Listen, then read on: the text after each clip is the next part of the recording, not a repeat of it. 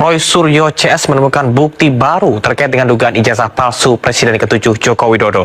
Mereka mengklaim mendapatkan salinan data dari Komisi Pemilihan Umum yang disebut sebagai dokumen ijazah Joko Widodo saat mendaftar Pilpres 2019.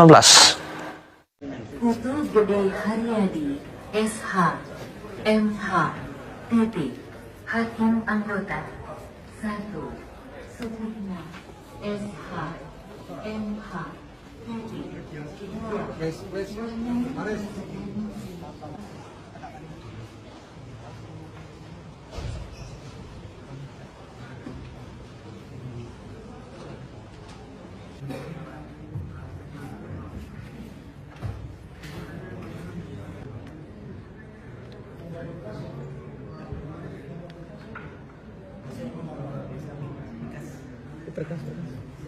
Silakan. Izin Pak, saya Habdan dari gramedia.com. Tadi yang ditampilkan adalah ijazah Pak Jokowi ya. Itu kan fotokopi Pak. Selama ini ada beredar tampilan ijazah yang kalau saya lihat sekilas itu berbeda dengan yang banyak beredar di umum gitu loh. Misalnya dengan yang ditampilkan oleh orang PSI gitu ya. Apakah itu sama atau tidak Pak dengan yang Bapak tampilkan tadi di situ? Dan nama dekannya sepertinya ada beda yang selama ini beredar Pak Sumitro gitu loh. Dan kelihatan di situ sepertinya bukan Pak Sumitro dekannya atau bukan. Izin Pak, tadi nggak begitu jelas saya perhatikan.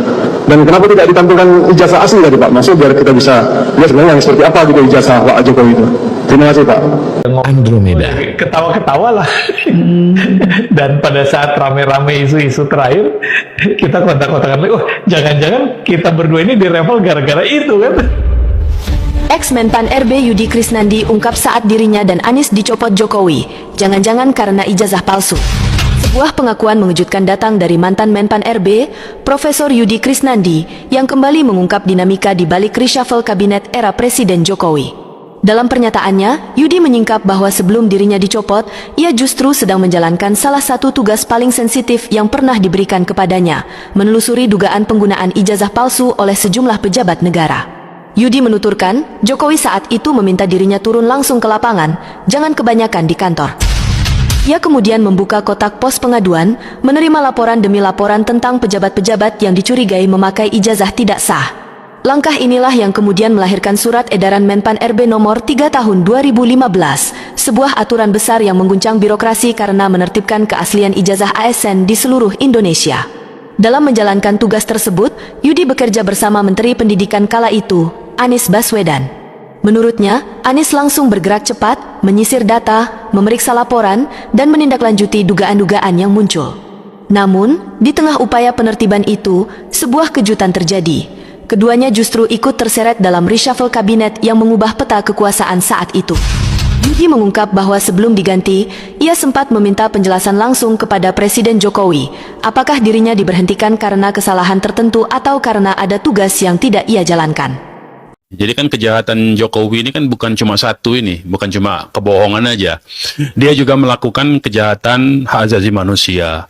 Dia juga melakukan kejahatan pelanggaran terhadap hak sipil dan politik. Dia juga melakukan kejahatan terhadap perampasan tanah-tanah rakyat melalui PSN. Itu banyak sekali sebetulnya ya, pelanggarannya. Dan nanti tokoh-tokoh yang lain itu akan menggunakan perkara yang lain lagi. Jadi kayak kita bertuju ini untuk sementara fokusnya tadi seperti dikatakan oleh Pak Suripto, tema besarnya itu adalah tentang kebohongannya dulu. Kebohongannya udah banyak, apalagi yang kejahatan-kejahatan yang lainnya ya. Itu satu. Nah, yang kedua terkait dengan proses persidangan ini biasanya antara 3 minggu sampai dengan 4 minggu itu baru kita dapat jadwal sidang pertamanya. Nah, nanti yang menarik ini mungkin dari sekarang perlu kita beritahukan kepada masyarakat bahwa yang kita gugat ini adalah Jokowi secara pribadi sebagai warga negara Indonesia yang kebetulan dia menggunakan mekanisme ketatanegaraan untuk melakukan rangkaian kebohongannya, kan begitu. Nah, karena dia seorang warga negara yang menggunakan instrumen-instrumen ketatanegaraan untuk melakukan kejahatan dan berupa kebohongan, ya, maka nanti yang wajib datang, jadi dia tidak bisa, kalau dia sebagai presiden digugat, maka dia bisa menunjuk jaksa agung untuk mewakilinya. ya kan? Atau dia bisa menunjuk Menteri Hukum dan HAM, atau dia bisa menunjuk orang-orang KSP, kantor sekretariat kepresidenan. Nah, ini karena dia sebagai pribadi yang digugat, maka dia harus hadir nanti. Nah, secara pribadi. Nah, karena itu nanti dalam proses awal itu ada nama yang disebut dengan dalam sistem pengadilan itu adalah proses mediasi. Nah, proses mediasi itu langsung ketemu antara pihak tergugat dengan pihak penggugat langsung. Tapi pihak penggugat langsung itu tanpa diwakili oleh kuasa hukum. Nah, jadi nanti kita akan bertuju ini akan berhadapan langsung dengan Jokowi kalau dia berani datang, ya. Kalau dia banci, nggak mau datang, nggak berani datang, ya berarti kita ngadepin meja kosong tuh nanti, ya. Tapi tidak apa-apa, kita tunggu karena itu nanti akan diberi oleh hakim waktu untuk mediasi namanya. Tetapi itu hanya kita akan lihat nanti jadwal mediasinya dimulai itu nanti mungkin kita bisa dapat kabar dari pengadilan negeri ini. Pengadilan Negeri Jakarta Pusat ini mungkin sekitar 3 atau 4 minggu ke depan, ya kita akan dapat kabar kapan akan mulai proses mediasi itu. Nah, jadi itu yang disebut dengan proses ini. Nah, tadi sudah disebutkan oleh rekan kita, oleh ketua tim pengacara kita yaitu Saudara Aziz Januar ini, bahwa tuntutan kita itu tadi, yang tadi kan sudah disinggung oleh Pak Sunarko tadi, soal rumah yang diberikan hadiah tadi itu, atau Pak Marwan tadi nyebut ya. Nah, itu nanti kita minta supaya tidak diberikan kepada Jokowi, ditahan oleh negara.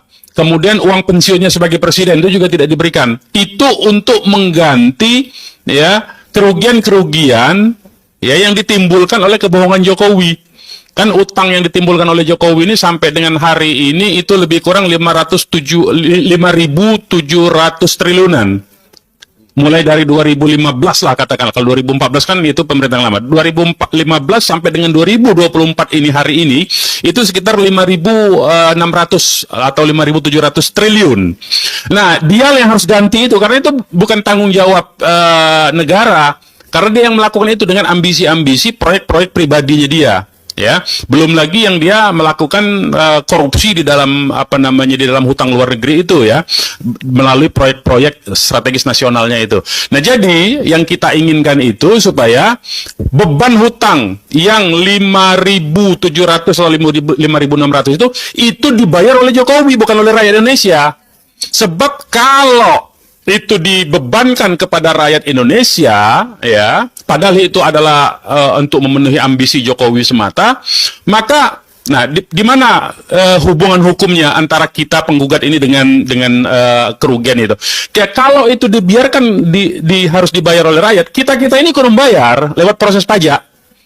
Lama itu sampai anak cucu kita itu masih terus bayar itu, ya. Nah, kita mau cut off itu hutang supaya Jokowi yang tanggung jawab beserta anak cucunya. Karena secara perdata utang itu tanggung jawab bisa diturunkan, itu diwariskan itu. Jadi dia yang harus tanggung jawab, jangan bebannya kepada rakyat Indonesia. Itu yang kita mau. Jadi ini untuk membuka pikiran gugatan ini gugatannya untuk justru menolong rakyat Indonesia supaya tidak dibebani oleh utang Jokowi itu. Supaya yang bayar utang itu adalah Jokowi. Diambil dari mana? Dari tuh rumahnya salah satu yang mau hadiah untuk pensiunnya dia. Kemudian uang pensiunnya dia. Kalau kurang itu, maka harta-harta yang Jokowi yang dilaporkan waktu dia menjabat gubernur, kemudian 23 miliar. Kemudian waktu dia daftar Pilpres 26 miliar, nambah 3 miliar tuh, padahal baru 2 tahun menjabat gubernur itu, Pak. Nah, itu nanti disita juga harta-harta itu untuk keperluan membayar utang itu yang 5.700 triliun itu. Nah, jadi ini yang kita sampaikan di